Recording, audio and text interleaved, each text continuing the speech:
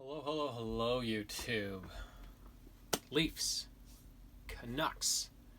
First time Leafs have played Vancouver this year in the new North Division. They beat the shit out of them tonight, literally.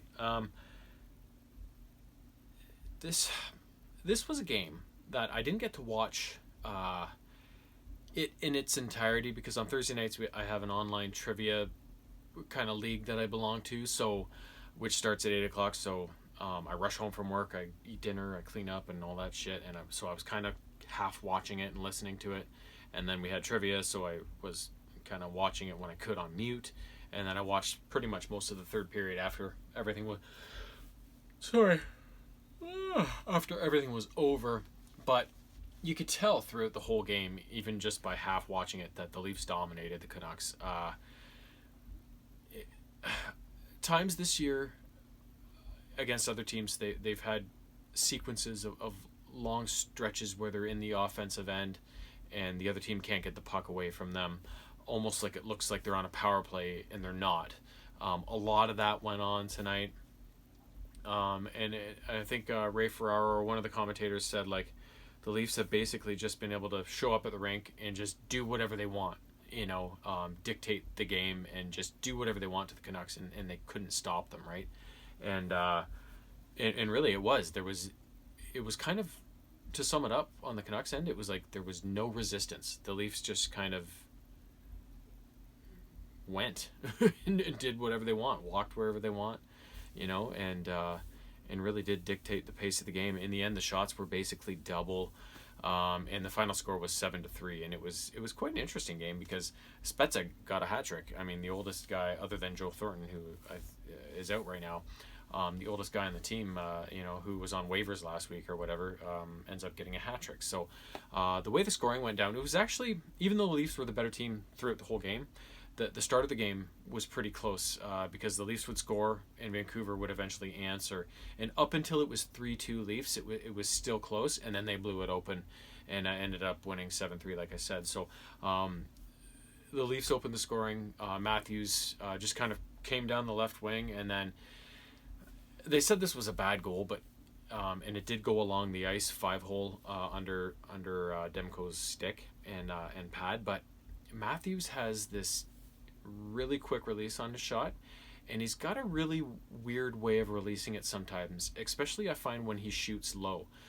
It's almost like he pushes the puck or something, and it looks like it's very hard to read how it's coming off of his stick. It's, if you pay attention to him sometimes, it's his arsenal is deadly, but the accuracy and the quickness and the speed of his shot and the way he gets it off and the different ways he can get it off his stick is just unbelievable to watch. And he just seems to be getting better and better at it and finding new things to do as kind of the years go by. So they called it a bad goal, but there was a little more to it than it just being a bad goal. But anyways, that doesn't matter.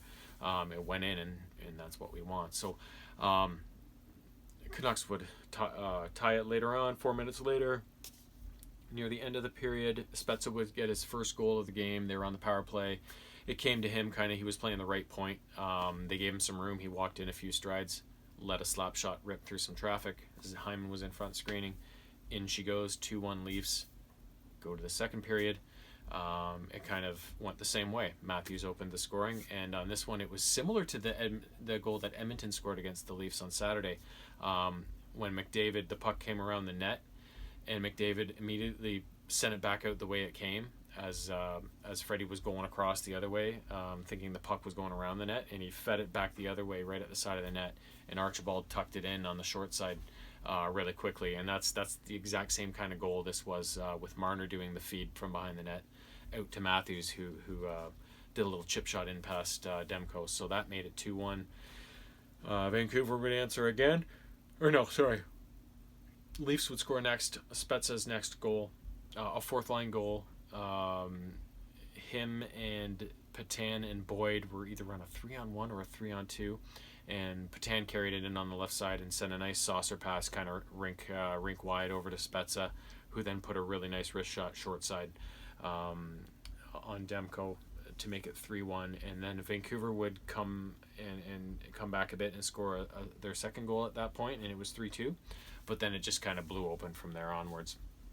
Near the end of the period, Tavares would score on a kind of cross-crease feed from Nylander, and Johnny was right in the middle of the blue paint. So that's where he gets a lot of his goals, and he got another one tonight from there. So that would have been, 4? So they had 3 more goals. Who else got one? Spezza. No, sorry, that's 5 then. So yeah, the 2 more. So in the third period, Spezza got the first goal.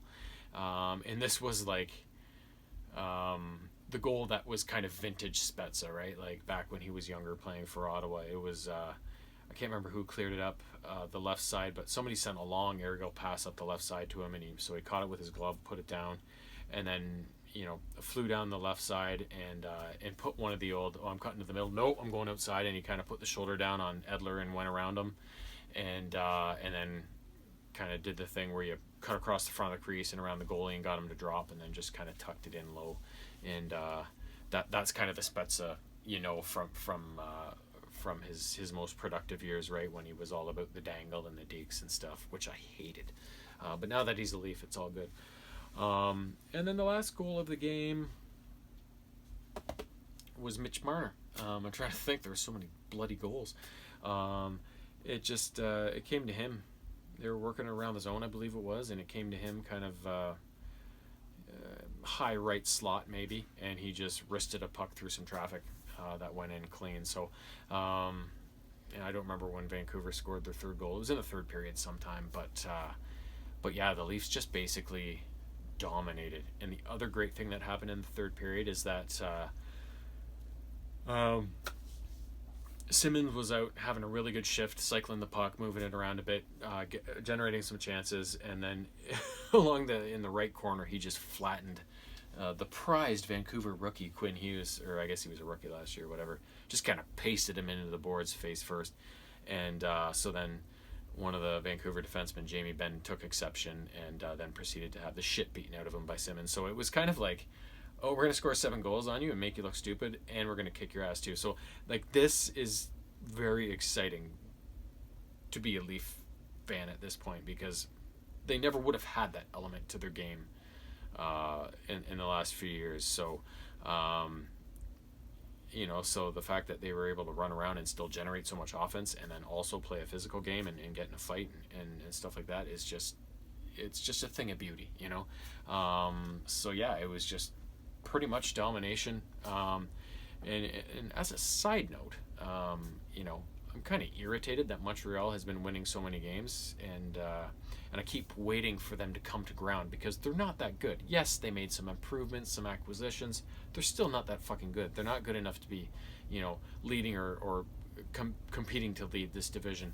And I chalk that up a lot to the fact that they've played Vancouver about 85 times so far in the start of this season, and Vancouver is easily the worst team. Well, sorry, Ottawa's easily the worst team in the North Division, but Vancouver's not too far behind at this point. So, yes, Montreal has a lot of wins, but let's also qualify that with the fact that they've also played Vancouver a shitload of times. So, and Montreal ended up losing to Ottawa tonight. So, so there we go, right? So, yeah, I just thought, I was kind of thinking of that during the game, and it was kind of like, yes, okay, things are making a bit more sense now, because that whole thing didn't compute there. So, either way, though, it's exciting. You got all 7 Canadian teams going at it 9 to 10 times this year, I think it is, and you can already see a lot of rivalries developing and some bad blood and stuff, and yeah, the Leafs have Vancouver 2 more times in a row, so hopefully they can just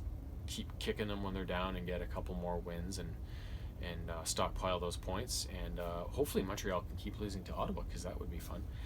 And then we'll see what happens though over the next couple games, and we'll take it from there. So, till next time.